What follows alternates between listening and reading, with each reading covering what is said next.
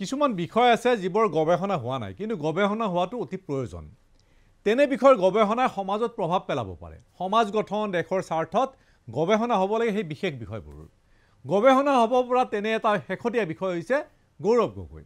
গৌৰৱ গগৈ মানুহজন বা তেওঁৰ ৰাজনৈতিক উত্থান নিশ্চিতভাৱে গৱেষণাৰ বিষয় নহয় গৌৰৱক উপলক্ষ্য হিচাপে লৈ গৱেষণা হ'ব লাগে কি পৰিস্থিতিত এজন ব্যক্তি অন্য শত্ৰু দেশৰ এজেণ্ট হ'ব পাৰে বা কোনে কি স্বাৰ্থত ব্যক্তি এজন জোৰকৈ শত্ৰু ৰাষ্ট্ৰৰ এজেণ্ট সজাব পাৰে সেই বিষয়ৰ ওপৰত গৱেষণা হ'ব পাৰে ইয়াৰ জৰিয়তে ৰাজনৈতিক লাভালাভ কি বা দেশৰ স্বাৰ্থ কি এই বিষয়বোৰ ওলাই পৰিব বিষয়টো মই ভাবো অতি গুৰুত্বপূৰ্ণ সেই কিছু ব্যাখ্যাৰ প্ৰয়োজন আছে আজিলৈকে দেশত যিমানবোৰ পাকিস্তানৰ এজেণ্ট ধৰা পৰিছে সেইসকল শত্ৰু ৰাষ্ট্ৰৰ এজেণ্ট হোৱাৰ কাৰণ তেনেই সীমিত কেইটামান বিশেষ কাৰণৰ কাৰণে কিছুমান ভাৰতীয় লোক পাকিস্তানৰ এজেণ্ট হৈ পৰে এনে কাৰণবোৰৰ ভিতৰত ধৰ্মীয় কাৰণ আছে হানি ট্ৰেপিং আছে ধনৰ লাভালাভৰ কাৰণে কোনোবাই কেতিয়াবা পাকিস্তানৰ এজেণ্ট হয় আৰু কেতিয়াবা ক্ষমতা লাভৰ বাবে এজেণ্ট হৈ পৰে ভাৰতক পাকিস্তানৰ সৈতে সংযুক্ত কৰি এখন বৃহত্তৰ ইছলামিক ৰাষ্ট্ৰ গঢ় দিয়াৰ লক্ষ্যৰে কোনো ভাৰতীয় মৌলবাদীয়ে পাকিস্তানৰ হৈ কাম কৰিব পাৰে তেনে এজেণ্ট ভাৰতত বহুত ধৰা পৰিছে 2023 জুলাইত সৈয়দ আৰমান আৰু মোহাম্মদ সলমান সিদ্দিকী নামৰ দুজন ভাৰতীয় নাগৰিকক গ্ৰেপ্তাৰ কৰা হৈছিল পাকিস্তানৰ আইএছৰ হৈ কাম কৰাৰ বাবে ইয়াৰ কাৰণ হ'ল মৌলবাদ সেইটো চামে ইছলামিক ৰাষ্ট্ৰ বনোৱাৰ সপোন দেখে ভাৰতক কেতিয়াবা নিজৰ অনিশ্চয়তাৰ হকেও হানি ট্ৰেপিঙত ফচি বিভিন্ন সময়ত দেশৰ বহু গুৰুত্বপূৰ্ণ বিষয়া শত্ৰু ৰাষ্ট্ৰৰ এজেণ্ট হৈ পৰে শেষতে এটা উদাহৰণ মই দিবলৈ বিচাৰিছোঁ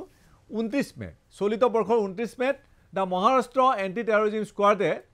থানে অঞ্চলৰ পৰা ৰবীন্দৰ মুৰলীধৰ বাৰ্মা নামৰ এজন ব্যক্তিক গ্ৰেপ্তাৰ কৰিলে ৰবীন্দৰে ভাৰতৰ নিৰাপত্তাৰ প্ৰযুক্তিৰ এখন ফাৰ্মত অভিযন্তা হিচাপে কাম কৰিছিল দেশৰ নিৰাপত্তাৰ বিষয় জড়িত বহু তথ্য তেওঁ ফেচবুকত চিনাকি হোৱা এজন পাকিস্তানী বান্ধৱীক অৱগত কৰাইছিল আৰক্ষী জেৰাত ওলাই পৰিছে যে হানি ট্ৰেপিঙত ফচি ৰবীন্দৰ মুৰলীধৰে ভাৰতৰ জড়িত থকা বহু তথ্য পাক বান্ধৱীক যোগান ধৰিছিল অৰ্থাৎ হানি ট্ৰেপিং আমাৰ দেশত এনে উদাহৰণ বহু আছে কেতিয়াবা হানি ট্ৰেপিঙত ফচি সেনা বিষয়াই পাকিস্তানক তথ্য দিয়াৰ নজিৰো বহুত আছে বৃহৎ ধনৰ বিনিময়ত দেশৰ নিৰাপত্তা সম্পৰ্কীয় তথ্য শত্ৰু ৰাষ্ট্ৰক যোগান ধৰাৰ উদাহৰণ আমাৰ দেশত অনেক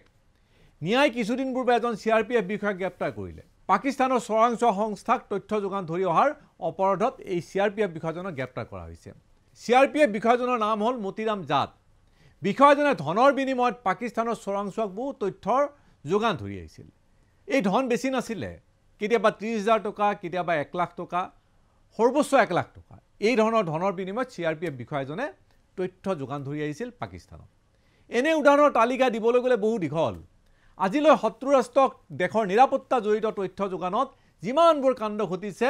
এই সকলোবোৰৰ কাৰণ মই কোৱা এই কাৰণকেইটাই অসমৰ মুখ্যমন্ত্ৰী ডক্টৰ হিমন্ত বিশ্ব শৰ্মাই যেহেতু অতি দায়িত্ব সহকাৰে কৈছে যে গৌৰৱ গগৈ খুল্লা পাকিস্তানৰ এজেণ্ট হে কথাষাৰ আমাৰ কম মগজুৰ মানুহে সাধাৰণ নাগৰিক হিচাপে বিশ্বাস কৰিছো কিন্তু প্ৰশ্ন হয় ইয়াতে যে যিবোৰ কাৰণত এজন ব্যক্তি শত্ৰু ৰাষ্ট্ৰৰ এজেণ্ট হ'ব পাৰে তেনেবোৰ কাৰণ গৌৰৱ গগৈৰ ক্ষেত্ৰত নাখাতে অৰ্থাৎ মই যিসমূহ কাৰণ কৈ আহিলোঁ সেই কাৰণবোৰ গৌৰৱৰ ক্ষেত্ৰত নাখাতে ধনৰ বিনিময়ত গৌৰৱ গগৈয়ে পাকিস্তানক সহায় কৰা বুলি মনে নধৰে কাৰণ পাকিস্তানৰ চোৰাংচোৱাই ভাৰতৰ পৰা তথ্য যোগাৰ কাৰণে 30,000 টকা কেতিয়াবা দিয়ে কেতিয়াবা 5,000 টকাৰ বিনিময়ত তথ্য লাভ কৰে আৰু সেই টকা যিসকলে নিদি যিসকলে 5-10,000 টকাত বিক্ৰী যাব পাৰে সেই সকলৰ জৰিয়তে এই তথ্যবোৰ আহৰণ কৰে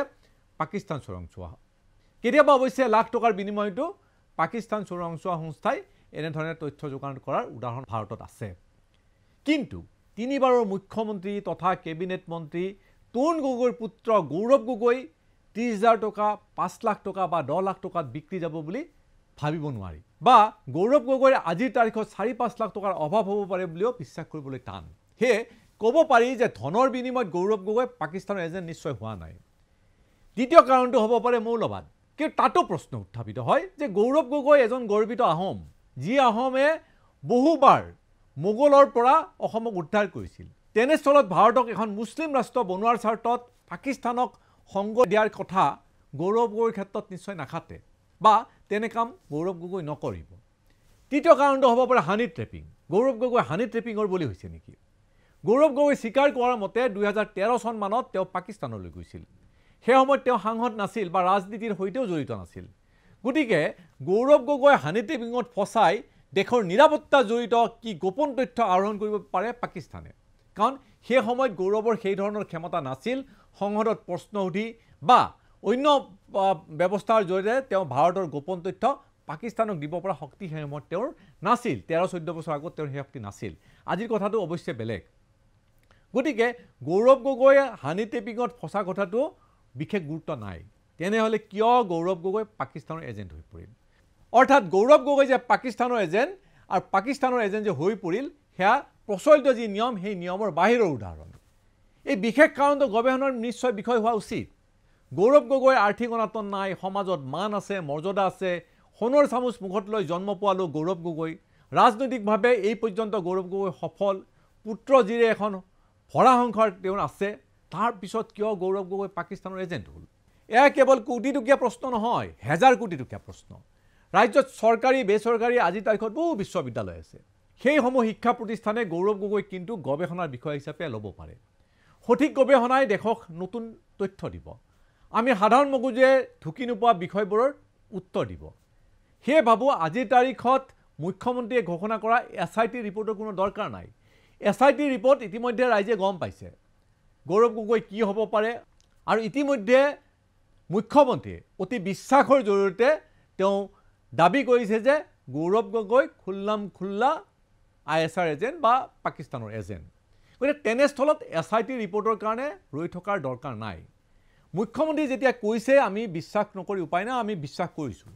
মুখ্যমন্ত্ৰীয়ে আজিৰ তাৰিখত আমি ভাবো যে কোনোবা এখন বিশ্ববিদ্যালয়ক তাগিদা দিয়া উচিত এটা নতুন গৱেষণাৰ বাবে বিষয় হোক কিহৰ তাৰণাত গৌৰৱ গগৈ পাকিস্তানৰ এজেণ্ট হ'ল ধন্যবাদ